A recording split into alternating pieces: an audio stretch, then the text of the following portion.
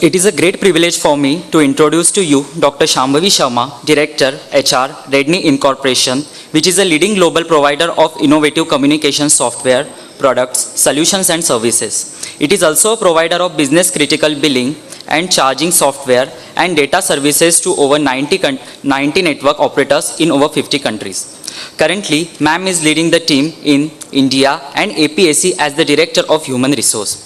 She is responsible for the entire gamut of HR, organizational development, talent planning and acquisition, requirement and selection, performance management, training and development, strategic HR role for India and APAC. Prior to Redni, she has worked with esteemed companies like Amdocs India, KPIT Cummins, Deepak Fertilizers and Petrochemical, National Institute of Bank Management, etc. She is a Bachelor in Commerce from Bombay University, MBA and PhD from Pune University. Her PhD topic was Strategic Human Resource Management in Manufacturing Sector.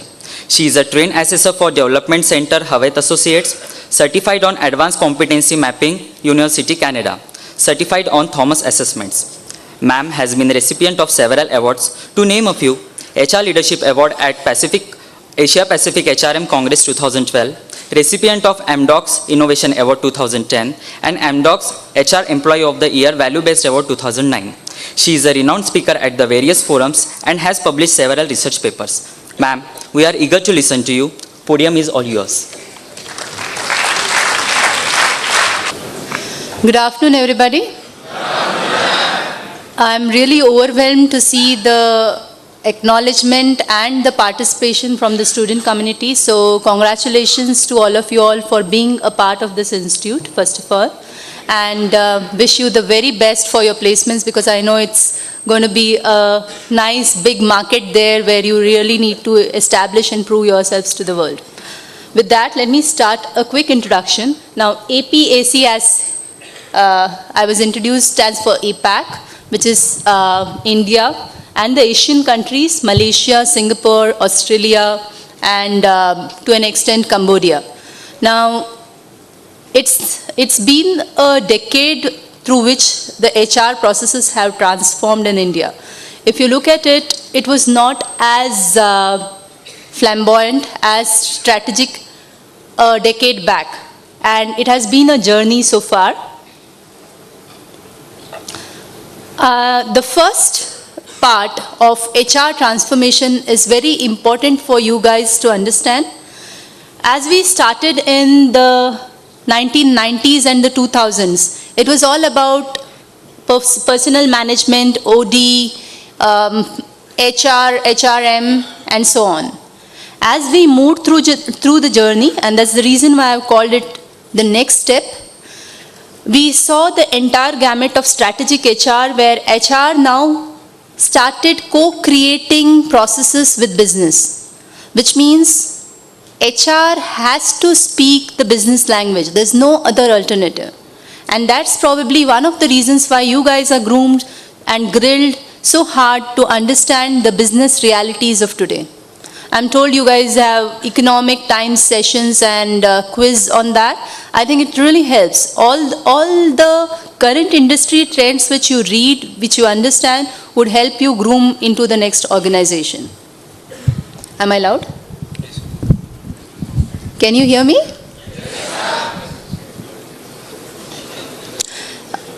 Any questions on this? Okay. Now I know you're awake, so good.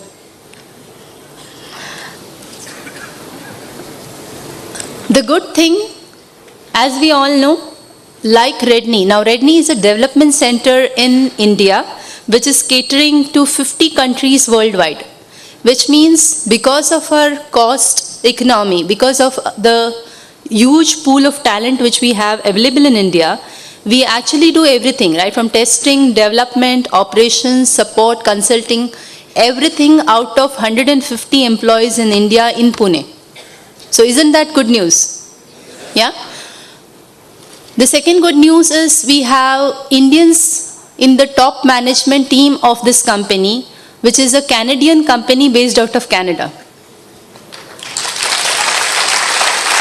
So, two of my business heads are Indians. who based out of Canada, relocated to Canada, and now they started the job as a developer in the organization, and now they are into the management team. So that's the level at which you can aspire to be. But it's not easy, you know. When I'm saying you have to start somewhere, you shouldn't have apprehensions to start as a developer or a tester. You shouldn't be looking at what is the expectation. You need to cater to the expectation.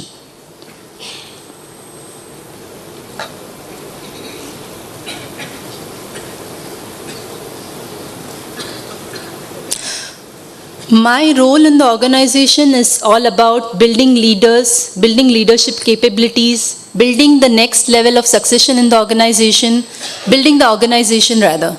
So we very often hear words like being agile, being global. What does that mean? I'm going to ensure that you're not going to be snoring away, so, you know. I was told you are allowed to answer. What does being agile mean? Okay, what else? Okay. Adaptable, okay. As an organization, what does it mean?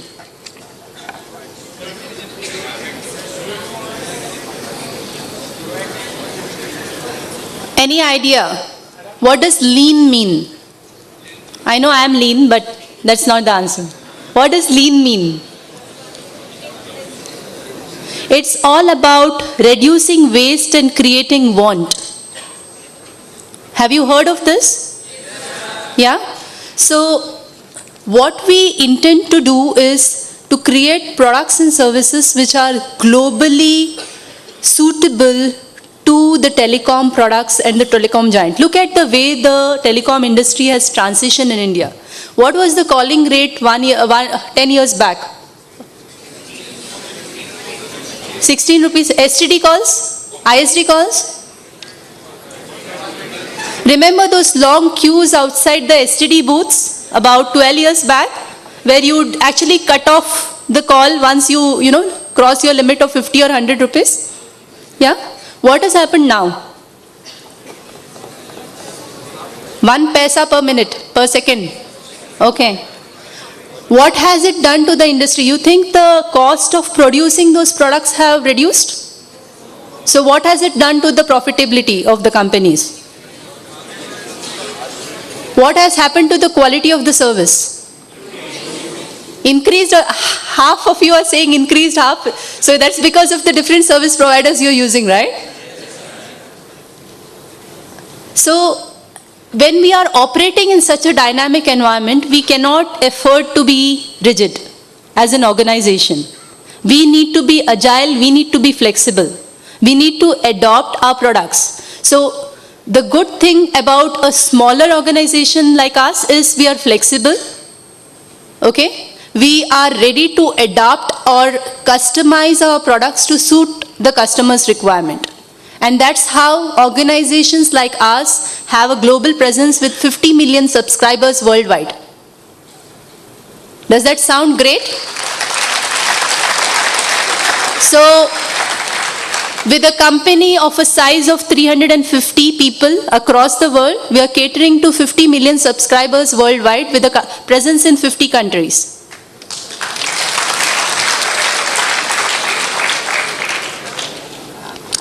What does it mean to you? And when you go into the organization, what is the expectation out of you? These are two primary factors I would want to focus on in the next 20 minutes which we have left.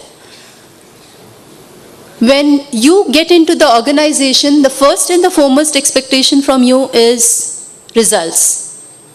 So, I know companies operate out of bench right now. We have Infosys, TCS, and the many like them who have people working on bench. But I don't know if you would really want to spend like 20 years in the educational field and then go and sit into the bench of an organization and work, or you would want to start working from day one. What is the choice you would want to have? Okay, so good news is we don't have a bench. We don't believe in having a bench. And the bad news is we don't give you training time, which means day 2 you have to be productive to us. Okay? Day 2, you will have your KRAs. You know what's a KRA? Right. So you will have an objective, you will have a KRA, you will have short-term and long-term goals. And the end of 6 months, I'm going to measure you on those goals. Okay? Which means right from day 1, you will get measured and mapped in the organization. Sounds great? And in the long term, everything which you do today is complacent tomorrow. Is that right? So in the long term, you need to build your employability skills. You need to be more, you need to get into different areas in which you can contribute. And that's how multifunctioning helps to you.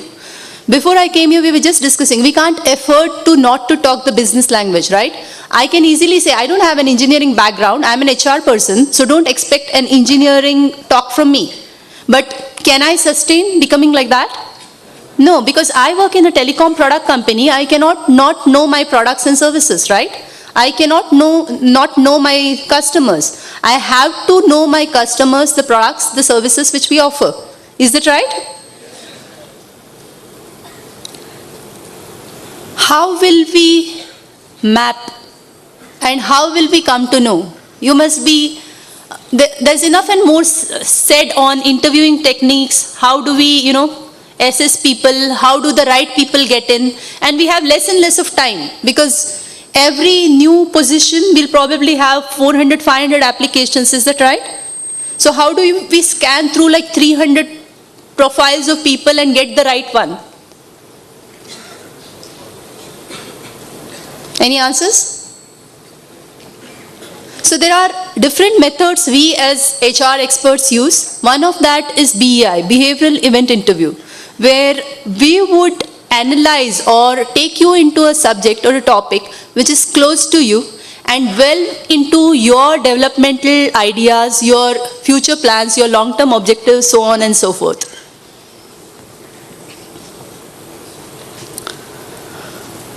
Again, once you are into the organization, there is goals or KRAs, key result areas, and then there is potential development or competencies. Anybody can give me a definition of competencies?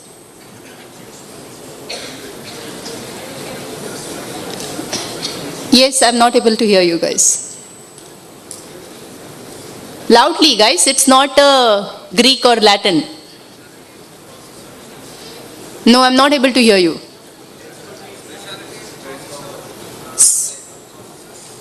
What is the competency made of? What is your core competency?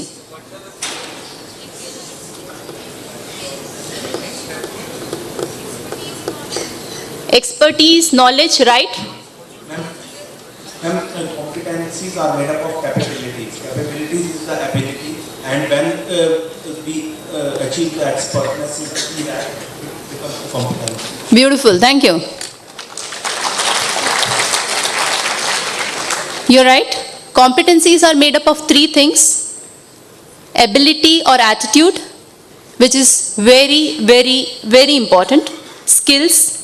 Skills is something which you already have. I'm told you have like engineering backgrounds, telecom backgrounds, and the third one is knowledge. Knowledge is what you're gaining right now. Knowledge about the strategic environment, knowledge about the industry, knowledge about engineering, knowledge about telecom. These are the 3 areas which we look into while we do the assessment of an employee after you join us and you have your goals and you have your competencies.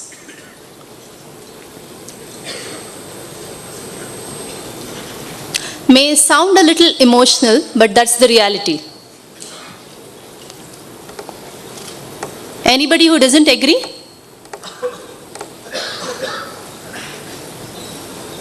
Anybody who doesn't agree? Do you think emotional intelligence is as important as IQ? Anybody who's read Daniel Goleman? Great, thank you so much. So, in an organization, as you grow in the organization, initially, yes, you need to prove yourself. Once you establish yourself, it's all about your relationships, your emotional connect with other employees, how you build your rapport and how you establish your work. And that's the reason why as we grooming people, as we grooming employees, as we grooming leaders, we look into the emotional intelligence part of it. How emotionally equipped the person is to take decisions, to take the right decisions. That's also as important as your IQ or your performance. Any questions? This one is my favorite actually.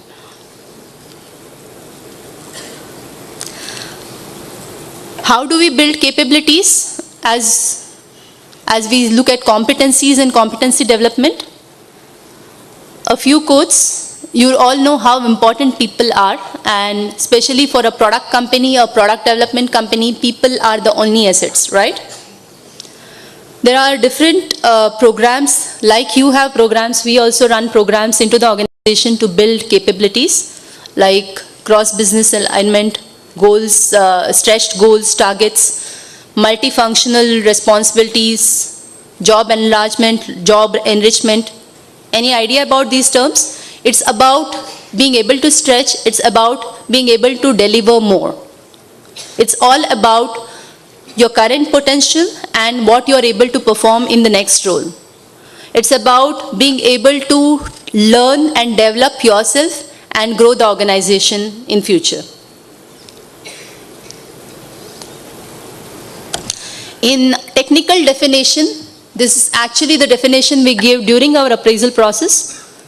Goals are what of performance and competencies are how of performance. How do you deliver?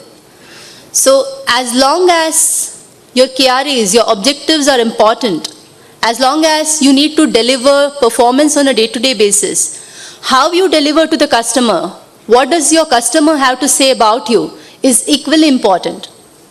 So if you look at the performance of a top performer in the organization versus a mediocre, what's that difference? Both are delivering, both are developing, both are coding, both are, talking to customers and setting targets. What's that one difference which really sets them as the top performers? Sorry? Attitude, yes. Passion? Okay. Come again? Experience. And what is the customer feedback? What do your customers, it's about repeating the same service, right? There are times when you go to a bank and you talk to only one person there. Why is it? Because you're comfortable talking to that person. So also when you are at the back end offering services, offering consulting to customers across the globe, it's important that you're able to establish that rapport with the customer and the customer is comfortable working with you. Is that right? So this is what actually differentiates the top performers. And this is what we look into the feedback when we evaluate employees against each other's performance. Because it's not an easy decision. Everybody delivers the same, everybody probably meet targets, everybody would meet their KRAs. But when it comes to deliverables, when it comes to service quality, when it comes to customer feedback, these are the little inputs we take to make the difference between the top performers and the mediocres. How does it benefit to us? The entire process of competency development and competency and capability building is a long-term process. It's not a short-term. It's not like, you invest money and you get returns in the next 2 or 3 months. We have research proved high-profile leadership sessions happening in organizations. What is the result? The result is long-term sustained capability development.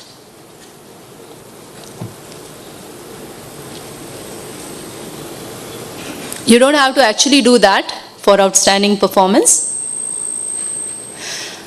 A classical definition of competency, this we use for the performance management process. A group of behaviors or skills demonstrating the knowledge, ability and expertise required to achieve outstanding performance.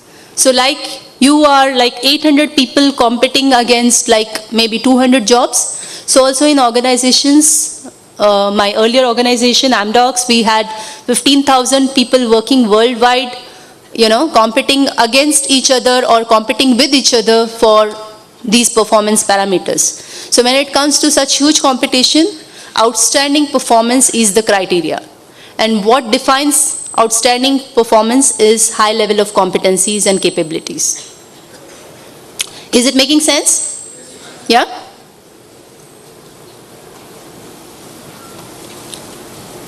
As I said, this is what defines the competitive advantage in the organization and builds successful performance in the organization. I'm sure you would have seen the classical behavioral iceberg. Have you seen it? Okay, good. So what is it?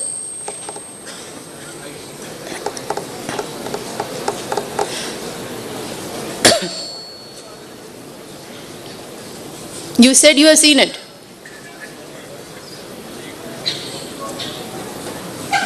Come on, guys, we have limited time.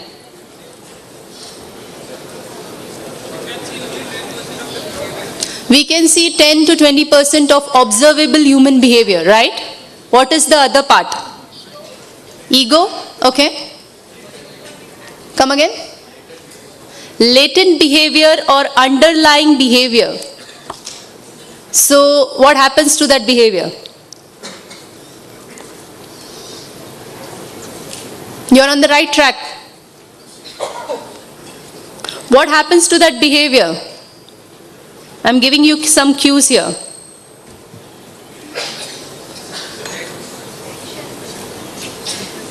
Action. Give me some words, start building upon. I'm told you're like really bright young lot, so want to try it out?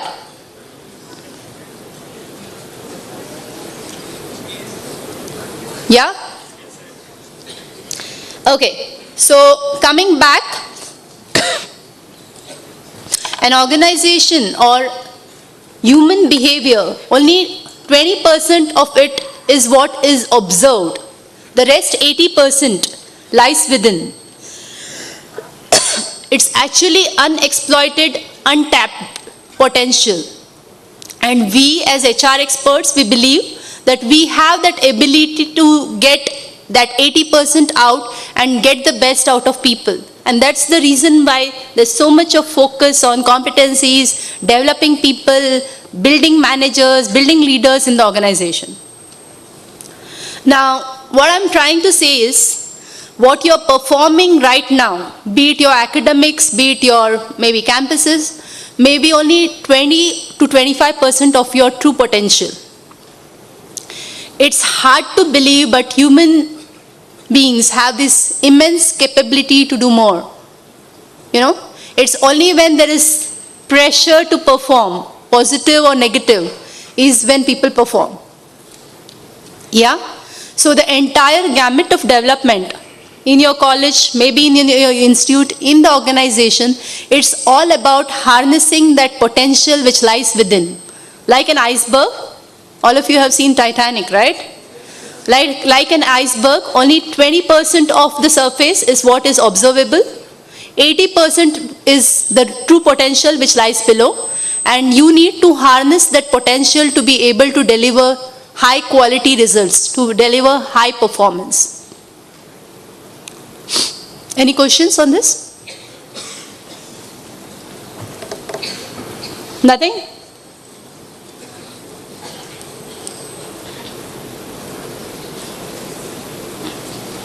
A quick look on the types of competencies. The definition says there are almost 400 plus competencies which have been defined across the organization. So how do you actually select those few which are vital to you?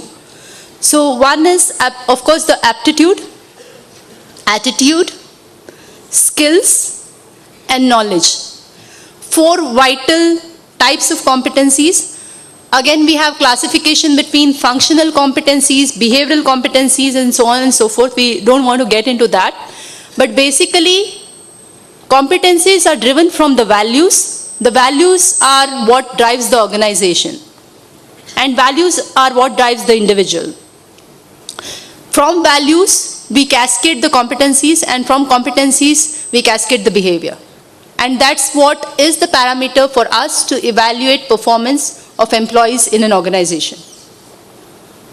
Make sense? Thank you.